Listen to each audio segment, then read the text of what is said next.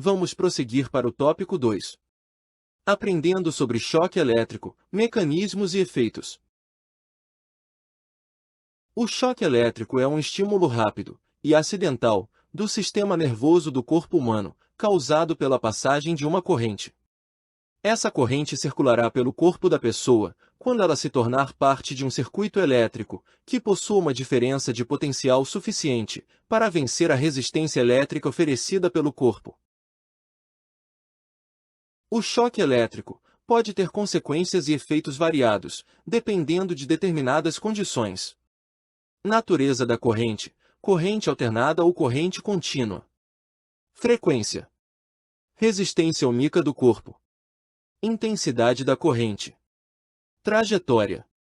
Tempo de duração. Condições orgânicas.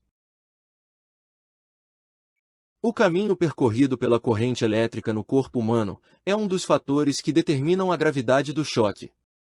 Sendo choques elétricos de maior gravidade, aqueles em que a corrente elétrica passa pelo coração. Os efeitos diretos do choque elétrico incluem morte, fibrilação cardíaca, queimaduras e contrações violentas dos músculos. Como efeitos indiretos, podem ocorrer quedas por diferença de nível, impactos devido a essas quedas, entre outros. A morte pode ocorrer por asfixia, se a intensidade da corrente elétrica for elevada, geralmente acima de 30 mA, e circular por um curto período, geralmente alguns minutos. Por isso, é crucial agir rapidamente para interromper a passagem da corrente elétrica pelo corpo da pessoa. A morte por asfixia ocorre porque os músculos do tórax se contraem tetanicamente. Ou seja, de forma contínua e involuntária, interrompendo a respiração. Se a respiração artificial não for aplicada em menos de 3 minutos, lesões cerebrais graves e morte são previsíveis. Vamos ver algumas causas e efeitos de cada intensidade. 10 mA. Tetanização. A passagem da corrente causa contrações musculares, agarramento ou repulsão. 25 mA. Respiratório falha. A corrente passa pelo cérebro. 25 a 30 mA. Asfixia. A corrente passa pelo peito. 60 a 75 mA. Fibrilação. A corrente passa. Há também a possibilidade de ocorrer a interrupção da circulação sanguínea, sendo necessária a aplicação de massagem cardíaca na vítima. A fibrilação do coração ocorrerá se houver intensidades de corrente da ordem de 75 a 300 mA, que circulem por períodos superiores a 1/4 de segundo. A fibrilação ventricular é a contração desritmada do coração que, ao impedir a circulação do sangue pelo corpo, resulta na falta de oxigênio nos tecidos do corpo e no cérebro. O coração raramente se recupera por si só da fibrilação ventricular. No entanto, uma corrente de curta duração e intensidade elevada pode interrompê-la e restaurar o ritmo normal do coração. O aparelho empregado para esta finalidade é o desfibrilador. Caso não se possua tal aparelho, a massagem cardíaca permitirá que o sangue circule pelo corpo, dando tempo para providenciar o aparelho. Somente a massagem não será suficiente para que o coração se recupere da fibrilação ventricular. Os valores de intensidade de corrente mencionados neste parágrafo, 75 a 300 mA, devem ser entendidos como perigosos quando circulam por uma grande área do corpo. No entanto, se aplicarmos uma corrente diretamente sobre a parede do coração, a intensidade da corrente necessária para causar fibrilação ventricular pode ser tão pequena quanto 10 mA.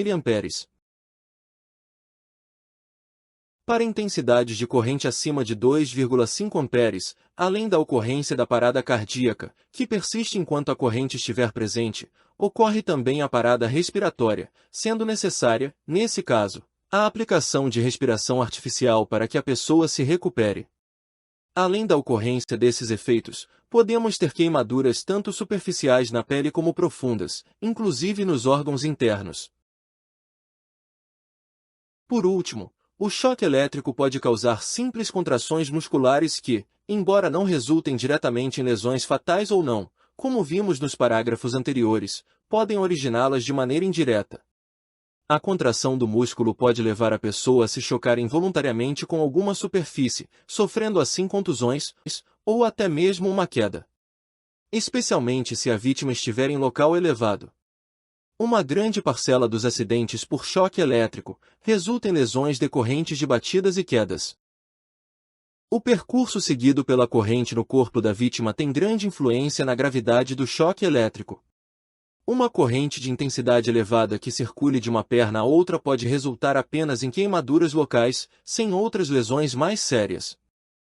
No entanto, se a mesma intensidade de corrente circular de um braço a outro da vítima, poderá causar uma parada cardíaca ou paralisia dos músculos do coração. Analisaremos, a seguir, os seguintes fatores que determinam a gravidade do choque elétrico. Percurso da corrente elétrica. Características da corrente elétrica. Resistência elétrica do corpo humano. A figura abaixo mostra a porcentagem da corrente elétrica que passará pelo coração em relação à corrente que está atravessando o corpo em cada condição. Outros fatores que determinam a gravidade do choque elétrico são as características da corrente. A intensidade da corrente era um fator determinante na gravidade da lesão por choque elétrico. No entanto, observa-se que, para correntes do tipo corrente contínua, CC, as intensidades da corrente devem ser mais elevadas para causar as sensações de choque elétrico, fibrilação ventricular e morte. No caso da fibrilação ventricular, esta só ocorrerá se a corrente contínua for aplicada durante um instante curto, específico e vulnerável do ciclo cardíaco. Para outros tipos de lesões, são necessárias intensidades de corrente contínua 3 a 5 vezes maiores do que as de corrente alternada. As correntes alternadas com frequência entre 20 e 100 Hz são as que oferecem maior risco. Especificamente, as de 60 Hz, normalmente usadas nos sistemas de fornecimento de energia elétrica, são especialmente perigosas, uma vez que estão próximas à frequência na qual a possibilidade de ocorrência da fibrilação ventricular é maior.